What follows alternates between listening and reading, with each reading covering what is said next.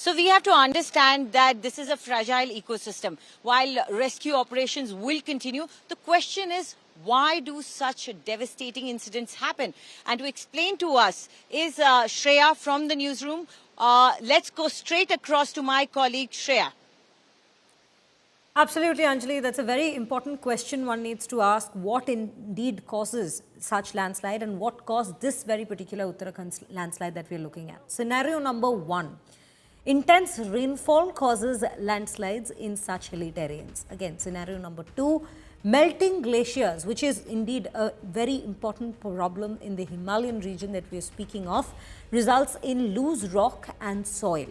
Again, scenario number three, mountain mud and silt is moved down due to a glacial lake outburst, which is another problem that we've been recurringly witnessing in the Himalayan region. With that, Anjali will be taking you back through all that's been happening from the ground there.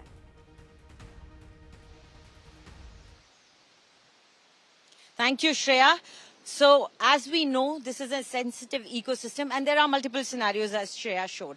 But the good thing is now the BRO team is working at full pace to restore the road connectivity. Remember, it is the road connectivity that will prove to be a huge boon for the rescue operations. And currently behind me, as you can see, one road connectivity was fixed, but now it seems one vehicle has gone there and gotten stuck. This is a challenge for the BRO officials because as smaller vehicles try and cross, they might block the road while we have to ensure that the rescue workers' vehicles, which are the big trucks, they are enabled and they are able to cross the road. So that is important for us.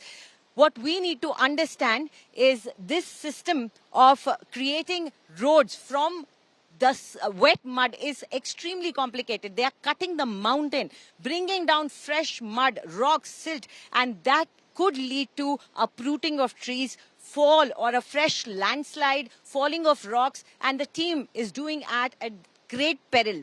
It's treacherous, but they are still doing it because this is the only way we can ensure that relief material reaches the people who need it. And we have been here since the morning and we have seen that the team which came here at 4 in the morning have worked consistently without stopping, without taking a breather, and they have managed to fix this road. And we are hoping this stuck car would soon be moving from here.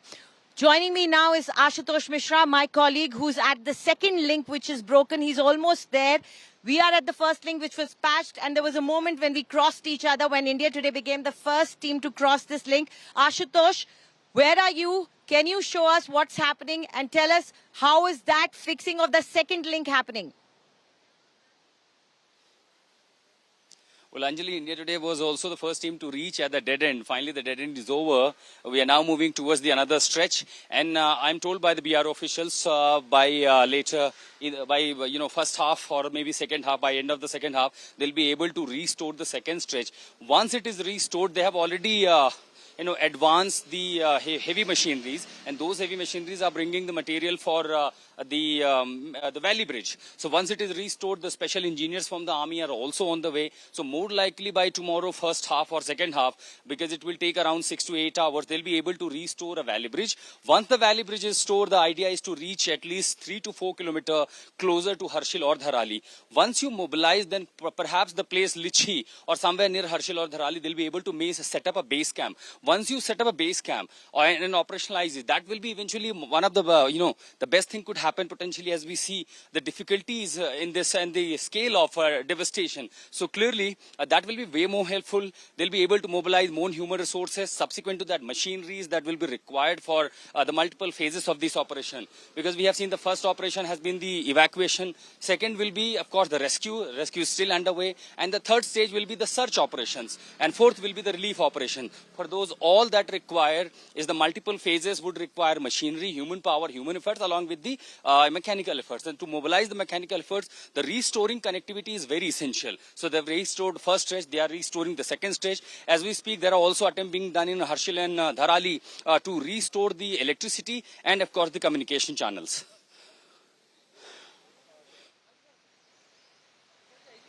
Absolutely, Ashutosh, and we know that communication breakdown was almost complete.